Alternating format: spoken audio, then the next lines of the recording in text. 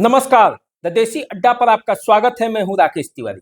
देखिए, मतदान से ठीक पहले आज जब हम आपके सामने हाजिर हुए हैं तो सिवान जिले के 3 विधानसभा क्षेत्रों के बारे में आज हम आपको बताने वाले हैं कि आखिर मतदान से ठीक पहले इन क्षेत्रों का हवा क्या कहता है, मतदाता कहां खड़े हैं, मुद्दे कहां खड़े हैं और इन क्षेत्रों की ताजा स्थिति क्या है, किसके पक्ष में और किसके विपक्ष में हवा का झोंका बह रहा है।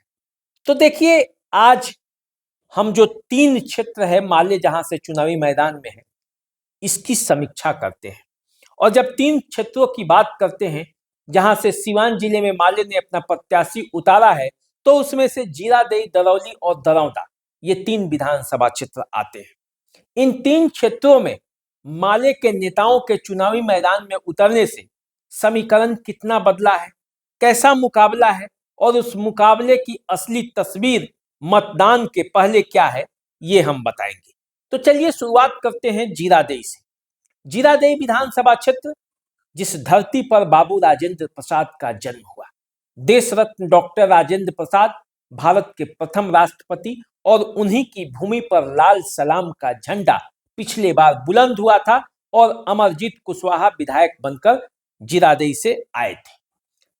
जीरादेई से फिर वही अमरजीत कुशवाहा माले के प्रत्याशी के तौर पर चुनावी मैदान में है, जबकि जनता दल यूनाइटेड ने भीष्म प्रसाद कुशवाहा को चुनावी मैदान में उतारा है।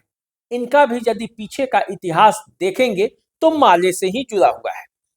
तीसरे प्रत्याशी के रूप में जो सबसे ज्यादा चर्चा में है इन दोनों प्रत्याशियों के अलावे, वो है मुन्ना पांडे। मुन्ना पांडे जन सुराज के प्रत्याशी हैं और मुन्ना पांडे ने एक समीकरण जीरादेई में साधा है और जिसके वजह से चुनावी मुकाबले में मुन्ना पांडे की भी भूमिका है। देखिए, जीरादेई में कुल मिलाकर 10 प्रत्याशी चुनावी मैदान में है। उनका नाम पहले हम आपको बता देते हैं। राघवेंद्र कुमार खरवार, मुन्ना पांडे, विवेक शुक्ला, अमरजीत कुशवाहा, भीष्म प्रताप सिंह, प्रभुनाथ ठाकुर, अजय कुमार प्रजापति, प्रमोद कुमार मल, जगलाल राजभर और परमानंद प्रसाद, ये प्रत्याशी हैं जो जीरादेई से चुनावी मैदान में उतर चले हैं। तो देखिए, जीरादेई में पिछले बार क्या हुआ था। जीरादेई में पिछले बार अमरजीत कुशवाहा को अंदर से रमेश कुशवाहा ने सपोर्ट कर दिया था, क्योंकि रमेश कुशवाहा का टिकट कट गया था और जनता दल यूनाइटेड ने कमला कुशवाहा को चुनावी मैदान में उतार दिया था। अब रमेश कुशवाहा अंत समय में आकर, रमेश कुशवाहा का भी बैकग्राउंड माले से रहा है, सब जानते हैं, उन्होंने अमरजीत कुशवाहा को सपोर्ट कर दिया था। नतीजा ये हुआ कि कुशवाहा मत गोलबंद होकर अमरजीत कुशवाहा के साथ मिल गए थे। इसके अलावे माले का जो आधार वोट है वो उनके साथ हो गया था, आरजेडी का वोट हो गया था, कांग्रेस का वोट हो गया था और इस तरह से देखा जाए तो अमरजीत कुशवाहा आसानी से जीत गए थे। उनके प्रति सहानुभूति भी थी क्योंकि वो जेल चले गए थे। तो अब अमरजीत कुशवाहा इस बार फिर से चुनावी मैदान में है। 5 साल तक काम किए हैं। 5 साल के उनके कामों का पोस्टमार्टम करते हुए जनता इस बार उनको मत देगी। भीष्म प्रसाद कुशवाहा को टिकट दिलाने वाले रमेश कुशवाहा हैं और रमेश कुशवाहा ने भीष्म प्रसाद कुशवाहा को जिताने की जवाबदेही अपने सर पर ली है और इसीलिए नीतीश कुमार ने उन्हें टिकट भी दिया था। तो अब भीष्म प्रसाद कुशवाहा जो हैं वो चुनावी मैदान में है। मुन्ना पांडे इस चुनावी मैदान में सबसे दिलचस्प मोड़ पर मुकाबले को ला खड़ा किए हैं। मुन्ना पांडे के साथ जन सुराज के वोटर तो हैं ही, उनके साथ साथ सवर्ण मतदाताओं का भी एक वर्ग है जिसमें ब्राह्मण मतदाता भी उनके पक्ष में कुछ गोलबंदी दिखी। जीरादेई चूंकि ब्राह्मणों का भी एक अच्छा खासा वोट बैंक है। 2010 में यहाँ से चुनावी मैदान में जब उतरी थी आशा पाठक, रमाकांत पाठक की पत्नी, तो वो चुनाव जीत गई थी। तो इस तरह से देखा जाए तो एक संभावनाएं ब्राह्मण मतदाताओं के पास मुन्ना पांडे को लेकर है। यही चुनाव के हार जीत को इस बार मतलब प्रभावित करेगा कि मुन्ना पांडे के पास कितने मत जाते हैं और मुन्ना पांडे चुनावी मैदान में कहां तक टिके रहते हैं। अमरजीत कुशवाहा और भीष्म प्रसाद कुशवाहा का जो वोटर है वो इंटैक्ट है, उनके साथ लगे हुए हैं, इसमें कोई दो राय नहीं है। नीतीश कुमार के वोटर पूरी तरह से विष्णु प्रसाद कुशवाहा के साथ है और अमरजीत कुशवाहा का जो माले वोटर है, आरजेडी वोटर है, वो सब उनके साथ है। लेकिन मुन्ना पांडे की मौजूदगी ये तय करेगी कि जीरादेई का चुनाव कहाँ जाएगा और जीरादेई में क्या होगा। जीरादेई में मुकाबला कांटे का है और जीरादेई के बारे में अभी आप कुछ कह नहीं सकते कि जीरादेई में आखिर हवा का रुख किसके पक्ष में है, क्या होगा। जीरादेई मुकाबले में है और जीरादेई का मुकाबला जो है वो काफी दिलचस्प है। अब देखिए दरौली में आते हैं। दरौली विधानसभा क्षेत्र में सत्यदेव राम यहाँ से निवर्तमान विधायक है। सत्यदेव राम लंबे अरसे से दरौली में विधायक रहते रहे हैं, कई टर्म रहे हैं और सत्यदेव राम की पकड़ माले वोटों के साथ साथ जो अनुसूचित जनजाति के जो वोटर हैं उनके ऊपर अच्छा खासा प्रभाव है। सत्यदेव राम माले से हैं, उनके साथ आरजेडी का समर्थन है, कांग्रेस का समर्थन है, तो दरौली में कांटे का टक्कर है। यहाँ से लोजपा इस बार अपना उम्मीदवार उतारी है। बीजेपी का यहाँ स्वाभाविक उम्मीदवार होता था, लेकिन विशुनदेव पासवान को, नया नौजवान को चुनावी मैदान में उतारकर लोजपा ने एक दाव खेला है। अब उस दाव में कितना दम है ये आने वाले समय में पता चलेगा, जब मतदाता मतदान के पहुंचेंगे और ईवीएम का बटन दबाएंगे।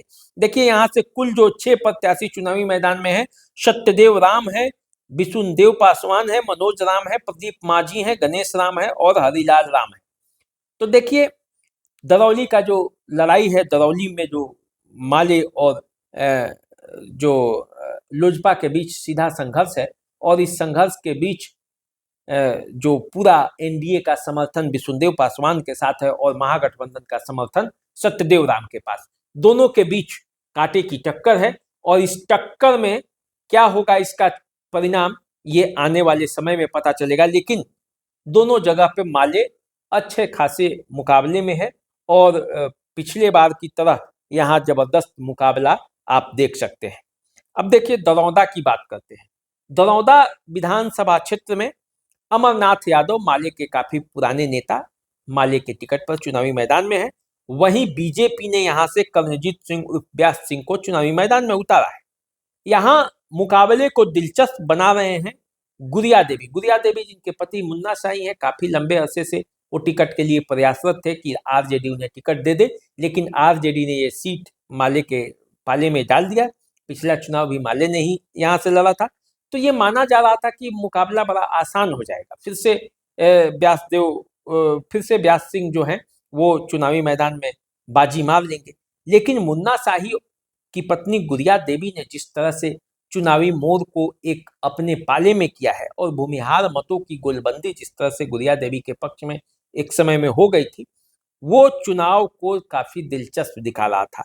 आज चुनाव मतदान के ठीक पहले गुड़िया देवी भी चुनावी मैदान में डटी हुई है। सत्येंद्र यादव यहाँ से जो है जन सुराज के प्रत्याशी हैं, बलिंदर राय भी यहाँ से हैं और ब्रिज बिहारी राय भी हैं। तो देखिए 4 यादव तो यहाँ सीधे सीधे दिखाई दे रहे हैं कि चुनावी मैदान में है। तो जो पहले सब प्रत्याशियों का नाम जान लीजिए कि दरौदा में कौन कौन लोग हैं। दरौदा में अमरनाथ यादव हैं, गुड़िया देवी हैं, मधुसूदन सिंह हैं, सत्येंद्र यादव हैं, कर्णजीत सिंह हैं, ब्रिज बिहारी राय हैं और बलिंदर राय हैं। तो देखिए 4 यादव प्रत्याशी यहाँ से चुनावी मैदान में आप देख रहे हैं। मुन्ना शाही जो है वो भूमिहार समुदाय से आते हैं और कर्णजीत सिंह और व्यास सिंह राजपूत समुदाय से आते हैं। एनडीए का पूरा वोट जो बैंक है वो व्यास सिंह को जाना चाहिए। व्यास सिंह को लेकर शुरुआती दौर में कुछ नाराजगी थी लोगों में, लेकिन वो नाराजगी धीरे धीरे दूर हुई है और एनडीए और महागठबंधन के वोटर बड़ी तेजी से पक्ष में अपने अपने प्रत्याशी के पक्ष में हो रहे हैं और यही जो अंतिम रात जो है कयामत की रात, उसमें पता चलेगा कि जब कल वोटिंग हो रहा है तो क्या होगा। लेकिन देखिए गुड़िया कोठी का लेकिन देखिए जो दरौदा है उसका समीकरण बस इसी चीज पर टिका हुआ है कि आखिर गुड़िया देवी कितना वोट लाती हैं, कितना वोट काटती हैं। अगर गुड़िया देवी के पक्ष में पूरा वोट भूमिहार समुदाय का गिर गया तो समझिए कि व्यास सिंह की राह मुश्किल हो जाएगी। वरना व्यास सिंह जो है बड़े कॉन्फिडेंस हैं अपने क्षेत्र में और बड़े मुस्तैदी के साथ चुनाव लड़े हैं और एनडीए के वोटर पूरी एकजुटता के साथ उनके साथ जमे हुए हैं। तो देखिए व्यास सिंह के पास पैसे की भी कोई कमी नहीं है, सब लोग जानता है, सिवान में वो एक अहम हैं पैसे रुपये के मामले में।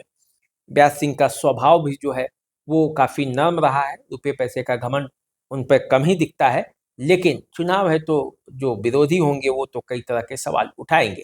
लेकिन दरौदा में जो है वो पलड़ा किसका भारी है, यदि इसमें बात करें कि मजबूत कौन है, तो मजबूत वहां कर्णजीत सिंह उर्फ व्यास सिंह दिखते हैं मेरे नज़र से। तो जीरादेई में अमरजीत कुशवाहा और भीष्म प्रसाद कुशवाहा में जब मुकाबला होगा तो मजबूती के तौर पर यदि आप देखेंगे तो अमरजीत कुशवाहा के साथ समीकरण खड़ा है। उसी तरह दरौली में सत्यदेव राम के साथ समीकरण खड़ा है। विशुनदेव पासवान एक समीकरण बनाने में सफल हो गए तो उनकी जीत हो जाएगी, वरना दरौली में भी मजबूती के साथ माले खड़ा है। लेकिन दरौदा जो सीट है वहां पे बीजेपी का पलड़ा भारी है, मजबूत बीजेपी है। अब देखिए वोटिंग जब होता है ना, तो वोटिंग होता है तो उस समय कई तरह के समीकरण बदलते हैं। वोटर सड़क पर हो और वोट गिर ही नहीं पाए तो फिर जीत हासिल तो होता नहीं है। तो ये देखना है कि जो वोटर है, जो एकजुटता के साथ दिख रहे हैं अभी, क्या वो वोटिंग में कन्वर्ट हो पा रहे हैं, टर्न अप हो पा रहे हैं, दे पा रहे हैं, तभी जाके पूरा मामला क्लियर होगा। तो चलिए आप हमारे साथ बने रहिए, 3 सीटों का आपने हाल जाना। आगे के जो विधानसभा की सीटें हैं उसके बारे में भी हम आपको बताएंगे। आप हमारे साथ बने रहिए, देखते रहिए द देसी अड्डा। चैनल को सब्सक्राइब कर लीजिए, फेसबुक इंस्टाग्राम पे हमें फॉलो कीजिए। अभी दीजिए इजाजत, नमस्कार।